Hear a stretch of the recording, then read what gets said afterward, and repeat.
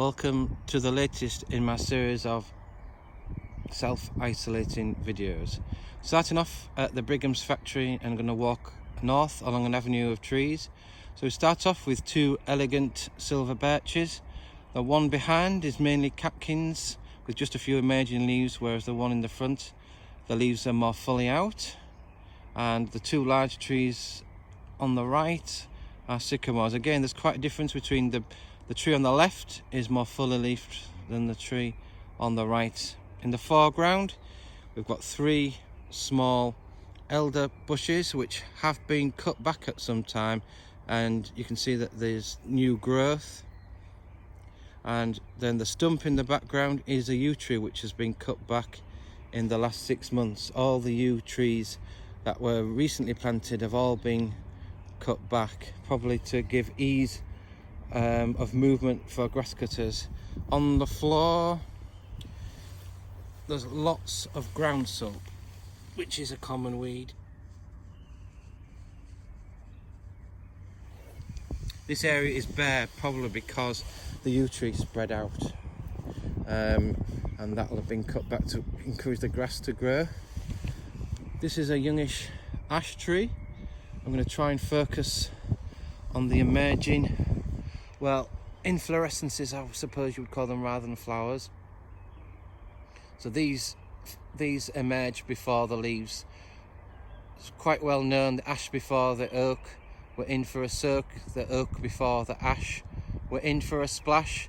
I've never known the ash leaves come out before those of the oak tree.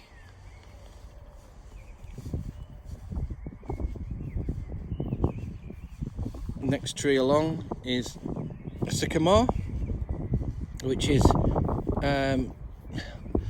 still got leaves that have only just emerged. You can see their strange limpid quality. These will darken and toughen, but they've only just emerged in the past week, so they're still a little bit delicate. And you can see their strange wingnut-like seeds hanging down already.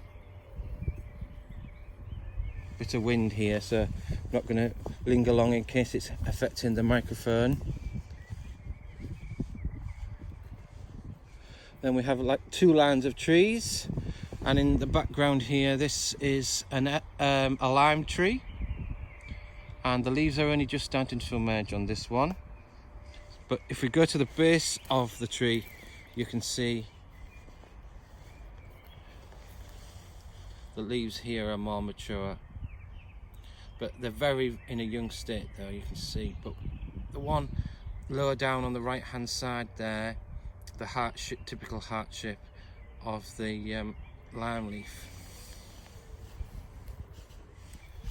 Another lime next door.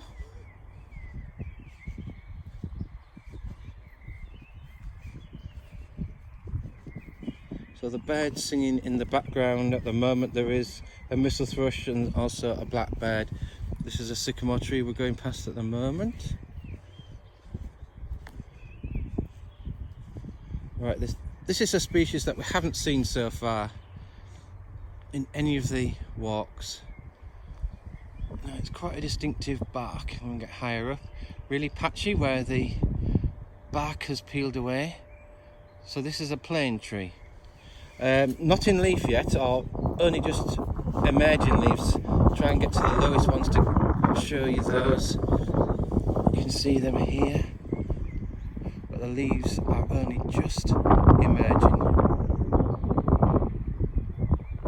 So the leaf will take on the sort of shape of a sycamore leaf.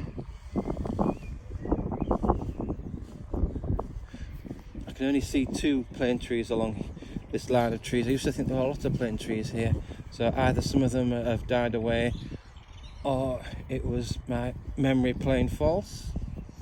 This is a sycamore here. Now this sycamore is quite different bark from the sycamores we've looked at so far. This one hasn't got the peeling away bark yet. It's a fairly young tree, but even so the bark is quite different, and the one next to it is very similar, even though it's a larger tree.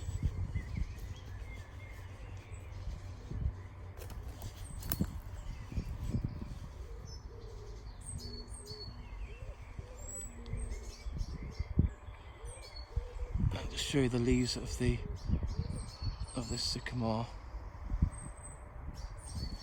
I can see missel thrushes flying past. Is a chaffinch calling? Or is it a great tit? They have a similar pink. I can hear a chair after the pink, so it is a great tit rather than a sycamore, a chaffinch. And it's in a sycamore tree. This is probably a variegated sycamore. The leaves, some of them look a lot more yellow. We're going to this tree, which is another sycamore, but look at the bark on this one. This is more like the ones we've seen in the past, where just an area here and there has come off and left a paler patch.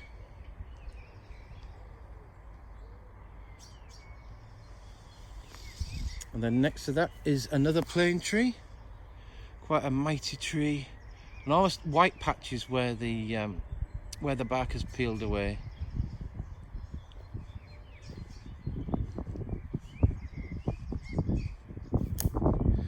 And I'll just focus on the base of this tree because we've got a Spanish bluebell. So this is paler blue than our own bluebell, although the colour on the video is actually darker blue than the one I can see in real life. It's got a thicker stem and it doesn't have that lovely arched quality that our native bluebells have.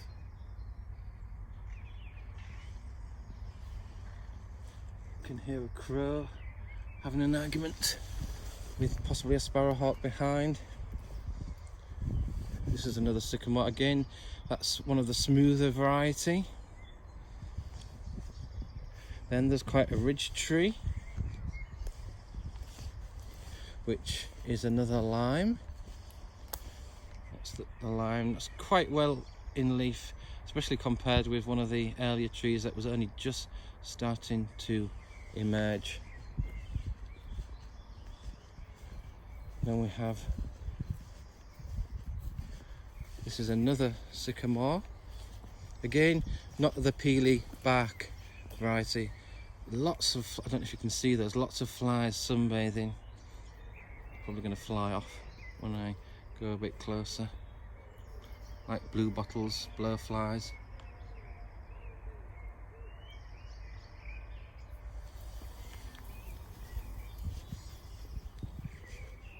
Then we have the sycamore. I don't know if you can see that with red leaves, so it's like a copper sycamore.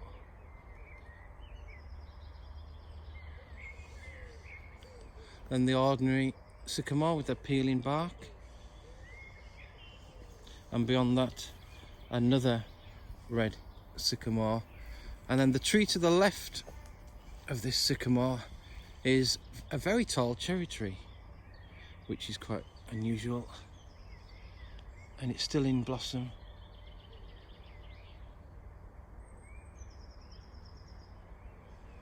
And I'll just move around finally to show you a massive sycamore which has been cut at some time, and it all branches out from where it was cut. And beyond that, to the right, are lots of Lelandii. The area beyond that used to be a series of allotments, and now I'm afraid is a caravan park where the caravans are manufactured or stored. Okay, thanks for watching.